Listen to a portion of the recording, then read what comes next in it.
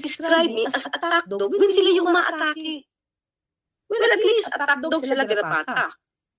Yun lang yun, mga ka-clear, ha? Diba? O, sino na nag-start na atakihin ako? Ako ba? Hindi mo sila kilala eh. Diba? Ang tanong ko ngayon, ano din? Tama ba? Yung umatake sa aso, garapata, pulgas?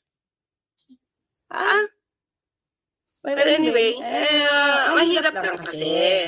Huwag kayong umatake para hindi kayo masagot. Kasi pag sumagot ako at may basihan ako, huwag kayong masaktan kasi it's the truth. Nasa record naman yan. Yung pananuntok pa ni Diti Sara, gawa-gawa ko. Yung pagmumura, gawa ko ba? Yung pag-threaten, gawa